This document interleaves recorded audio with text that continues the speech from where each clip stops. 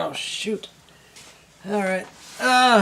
Seriously, this movie is so great. It's well lit.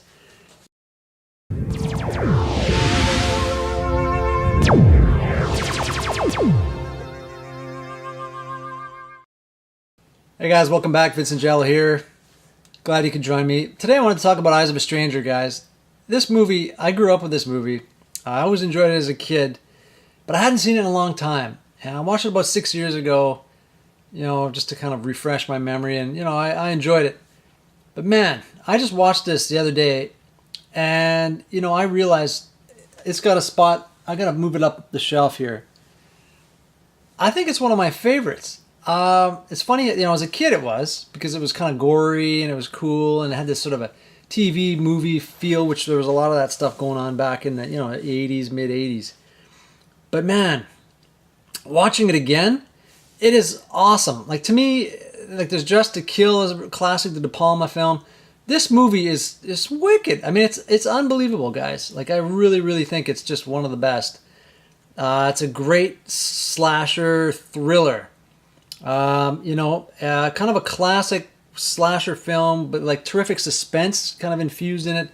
And it's pure class. It's classy, man. It's nasty. It's got a mean streak to it, but it's visually beautiful. It's shot well, and just it's a unique story. There's this guy going around town, and this isn't so unique, but the guy's going around town. He's like slashing women, right?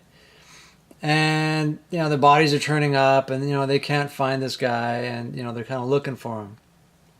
And there's a news anchor she's, I wouldn't say she's necessarily a feminist, but she's pretty outspoken and she's really, eager to find this guy. And she's always kind of, they're kind of saying, oh, there's another murder in the park. And she's like, hang on a second here. Let's talk about this a little further, and kind of getting into it a little more and kind of pushing the story. And so we realize that, she's really eager to catch this guy. But it has a lot of similarities to, like Somebody's Watching Me, the John Carpenter pre-Halloween made-for-TV movie where there's, phone calls. And there's a guy looking across with a telescope into an apartment. And, he knows you're alone, kind of that same kind of a early 80s thriller kind of vibe. Not so much slasher, even though it is a slasher. But this one's the same, this woman, this guy makes these crazy phone calls, kind of Black Christmassy, maybe not as intense and graphic in nature, but still pretty graphic, describing what he's going to do to the women and stuff, and then he kills them. And so the same thing, so he's kind of phones these people, and this woman, the anchor woman sort of has an idea where she's going to try and, kind of Giallo style, she's going to try to figure out who this guy is. Well, it turns out she discovers that this guy lives directly across from her in the apartments across, like in Tower 2 kind of thing, or North Tower, South Tower. She's in the South Tower, he's in the North, or what have you. And so she decides she's going to try to catch this guy, and she kind of finds out a lot about him. Now, the thing with this movie is, you do see the killer pretty early on. The first kill, he's actually got a pantyhose over his face, a look that I've always liked. Of course, Willem Dafoe did it well in Wild at Heart, as we all know, with Nicolas Cage. They both did. But I always liked that kind of creepy 80s, early 80s, ski mask or like the pantyhose over the face. So he's got that going for him. But after that, we kind of see who he is.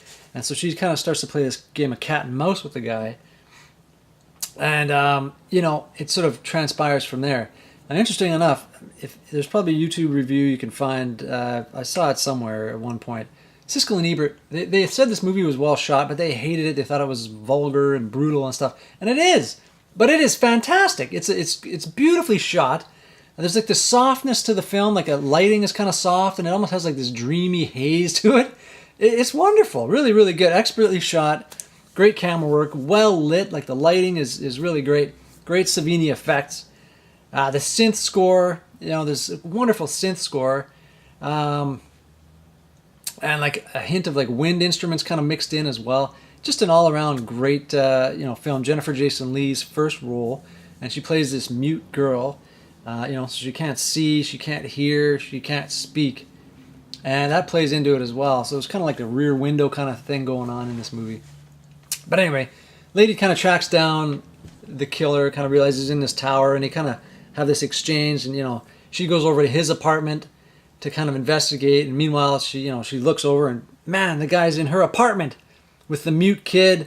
And so, you know, there's this whole scene, but there's some great gore, like I said, Savini's gore, like, you know, as this guy's slaying other women, some great kills in there, you know, with the switchblade and this kind of stuff, stranglings, you know, knifings, neck slashings and stuff.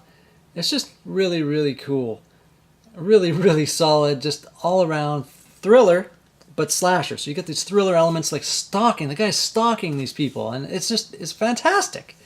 And in fact, it's so good that I actually, in grade 5, recreated part of this and actually did it as a play.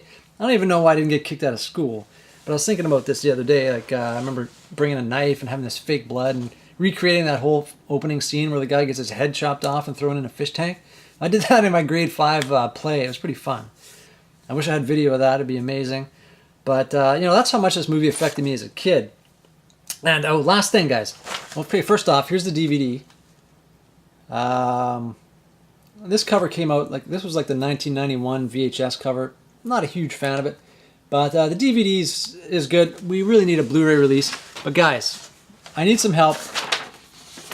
I used to have this particular VHS a long time ago. I bought it previously viewed, and I no longer have it. It's probably one of the few that I really need in my collection back here. I'm kind of coveting this one. It turns up very infrequently on eBay. People are asking crazy prices, and it's kind of one of those. It's like in a box. It's not actually in the clamshell, but it's in like a. I mean, if it's in a clamshell, I'll take any copy that I can get, guys. I'm happy to do trades, do whatever, you know, like if anybody has a copy of this particular one in the box, the big box that it comes in, or if it's been even cut and put into a sleeve, I'm okay with it. Just contact me on Instagram, guys. The link is below. I'd greatly appreciate it. I really need to get this. It's one of the few that's kind of eluded me over the years, you know, or it was too pricey. But man, I had it. I don't know what happened to it. I don't know if I lent it to a friend and I never got it back, but I had this for years.